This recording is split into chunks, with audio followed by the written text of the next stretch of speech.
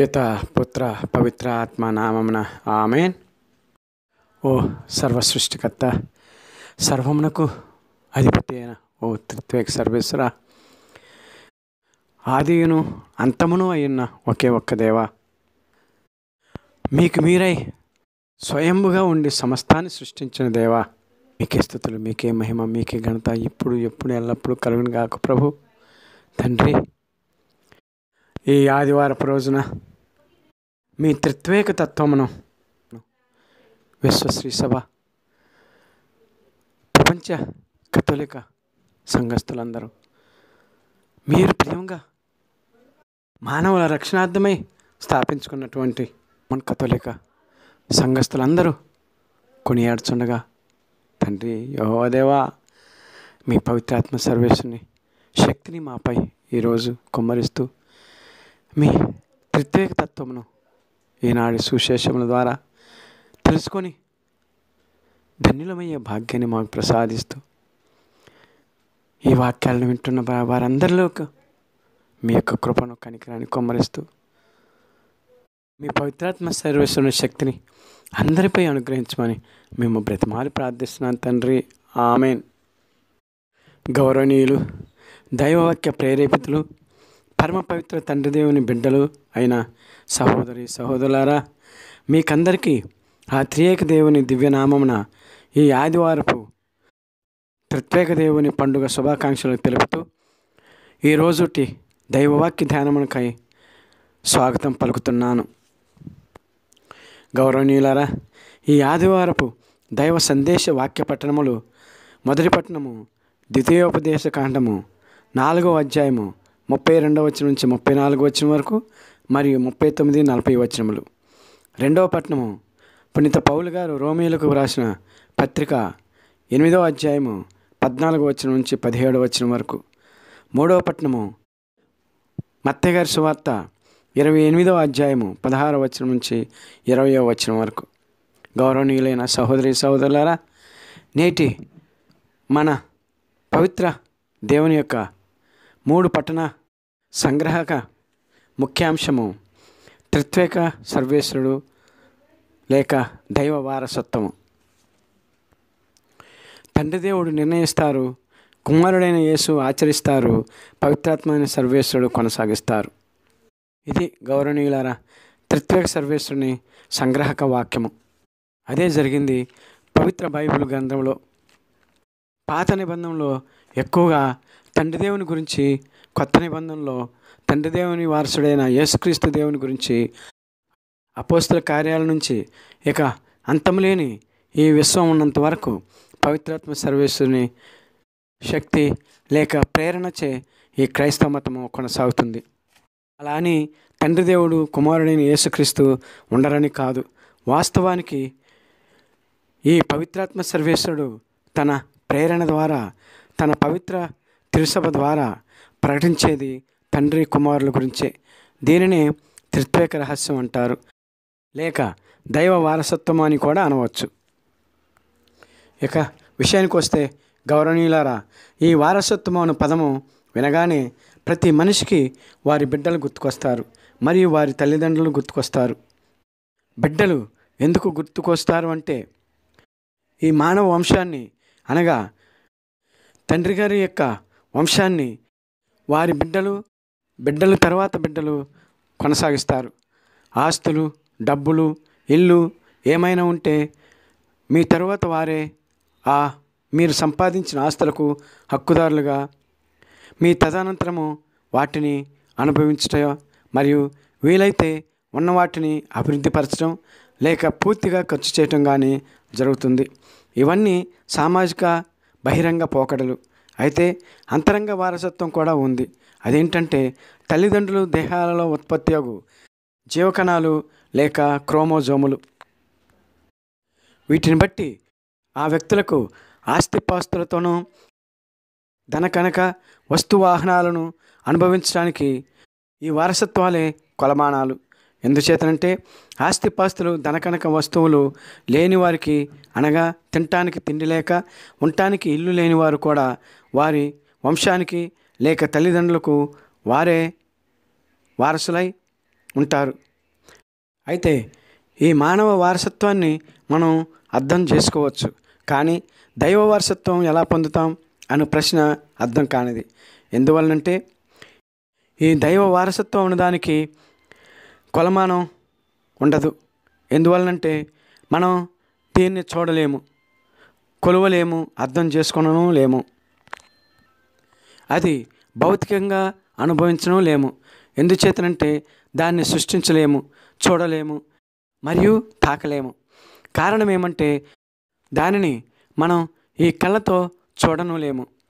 మరి అటువంటప్పుడు ఈ దైవ వారసత్వమును ఎలా పిలవగలం, ఎలా అనుభవించగలం? ఈ సవాలక్ష ప్రశ్నలకు ఈనాటి సువార్త పట్టణము చదివితే మనకు జవాబు దొరుకుతుంది, లేక అర్థమవుతుంది. అందుకే ఈ వాక్యాలను ఒకసారి పఠించి ధ్యానించుకొని అర్థం చేసుకుంటూ ప్రయత్నం చేద్దాం. మొదటి పట్టణము ద్వితీయోపదేశ కాండంలో మొదటిగా తండ్రి బిడ్డలు బంధుత్వపు వారసత్వమును తెలియజేస్తున్నవి. ఎలాగంటే మానవుణ్ణి కలుగజేసింది దేవుడే కాబట్టి ఆ కలుగజేయట ద్వారా మనం కలుగజేయబడ్డాము. ఎలాగంటే మనం ఈ భౌతిక తల్లిదండ్రులు లేకుండా మనం లేనట్లు. దేవుడు కలుగజేయనిదే మన పూర్వీకులు ఉండరు, మనము ఉండము. కాబట్టి ఆ విధంగా చూసుకుంటే మనమంతా ఈ విశ్వ సృష్టికర్త అయిన దేవుని బిడ్డలమే. కాబట్టి మనమంతా ఆయన వారసులం. ఈ విషయాన్ని మోషే ప్రవక్త మొదటి పట్టణంలో ద్వితీయోపదేశ కాండము 4వ అధ్యాయము 32వ వచనం నుంచి 34 మరియు 39వ వచనం నుంచి 40వ వచనంలో ఇశ్రాయేలీయులకు ఉన్న గొప్ప తండ్రి గురించి తెలియజేయచ్చు. ఆయన శక్తులన్నీ కళ్ళారా చూసి, ఆయన మాటలను మోషే ద్వారా చెవులారా విని, భయంకల్పిత క్రియలను చూసి మీరు ఇంకా బ్రతికి ఉన్నారంటే ఆయన అమిత ప్రేమను అమితంగా అనుభవిస్తున్నారు కాబట్టే. అంటే ఆయన మీ తండ్రి అగుట వలనే ఇదంతా సాధ్యమవుతుంది అని తండ్రి దేవుని ప్రేమను ఇశ్రాయేలీయులకు సున్నితంగా వివరించారు మోషే ప్రవక్త. అంతేకాకుండా ఎప్పుడైనా ఎక్కడైనా కన్న తండ్రి మాత్రమే తన బిడ్డ చేయి విడువడు. అలాగే ఈ మీ ప్రభువైన దేవుడు కనికరము కలిగిన దేవుడు, మనలను నాశనం చేయడు, చేయి విడువడు అని తెలియజేశారు. అంతేకాదు గౌరవనీయులారా, మనం కూడా ఆలోచిద్దాం. ఈ మానవ చరిత్రలో ప్రజలు ఎవరికి నచ్చిన దేవులను వారు ఎప్పటికీ నమ్ముకుంటున్నారు.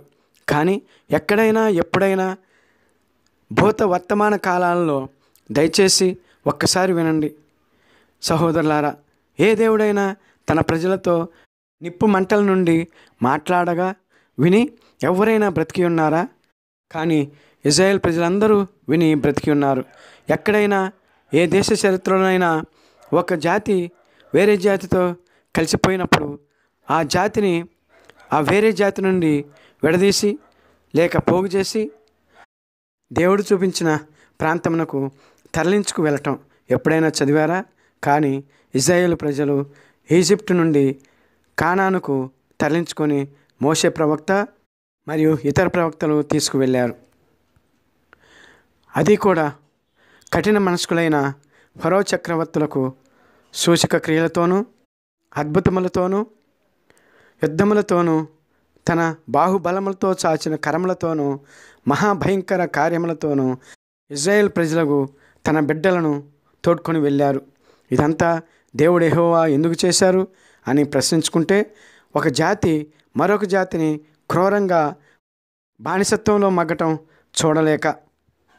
అదే నిజమైన దేవుని తత్వం, ఆయనదే నిజమైన తండ్రి తత్వం. దయచేసి మేధావులు హైందవ భక్తులు ఆలోచించుకొని మీ దేవుళ్ళు అనుకొను వారికి ఈ యావే దేవుణ్ణి పోల్చుకొని చూసుకోండి, వాస్తవాన్ని గ్రహించండి. గౌరవనీయులైన సహోదరి సహోదరులారా, ఇంత గొప్ప మహిమాన్వితుడైన దేవుణ్ణి ఆరాధిస్తూ వారి ఆజ్ఞలను 10 ఆజ్ఞలు పాటించినట్లయితే తండ్రి దేవునికి కాదు ప్రయోజనం, మనకే.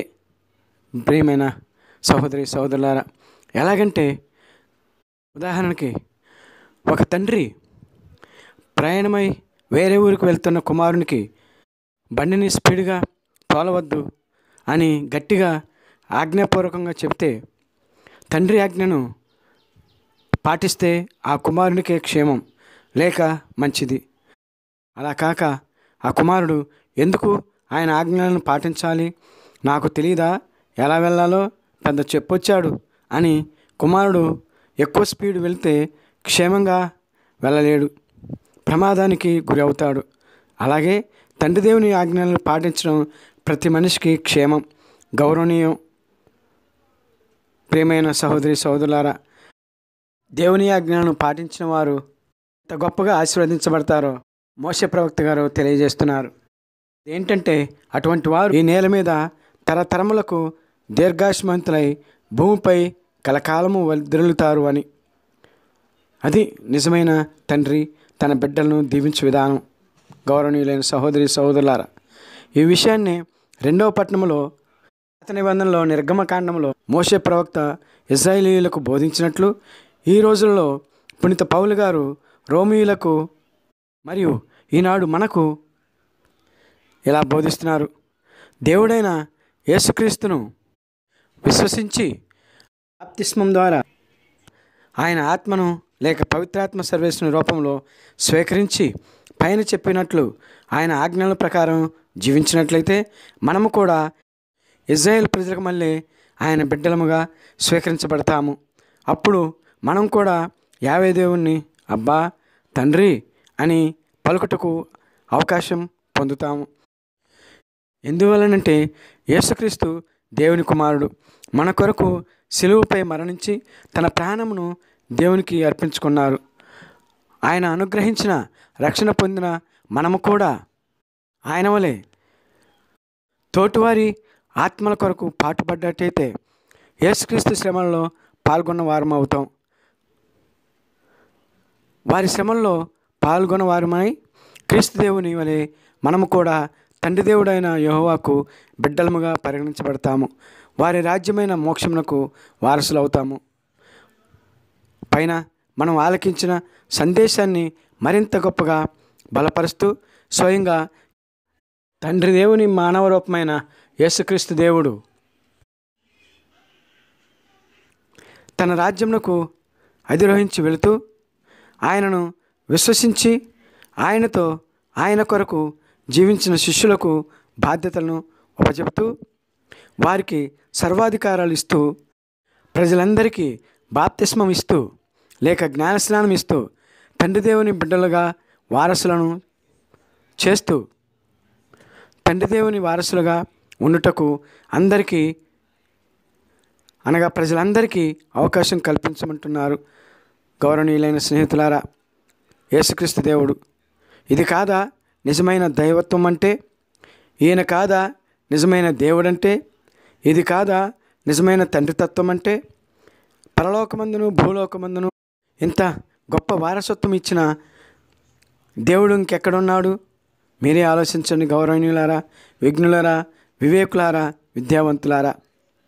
దయచేసి ఇప్పుడైనా తండ్రి పరిశుద్ధాత్మలు ఏకమై ఉన్న కుమారుని నమ్మండి, యేసుక్రీస్తుని విశ్వసించండి, బాప్తిస్మం పొందండి, ఆరాధించండి, ధన్యులవ్వండి. తదాస్తు. మీ ప్రయత్నం సిద్ధించునుగాక. పిత పుత్ర పవిత్రాత్మ త్రియేక దేవుడు మనలందరినీ దీవించుదురుగాక. Amen, amen, amen. ఈ యూట్యూబ్ వాక్యములు వింటున్న వారందరికీ త్రిత్వేక దేవుని యొక్క పండుగ శుభాకాంక్షలు. ఆ త్రిత్వేక దేవుడు మనందరినీ దీవించుదురుగాక.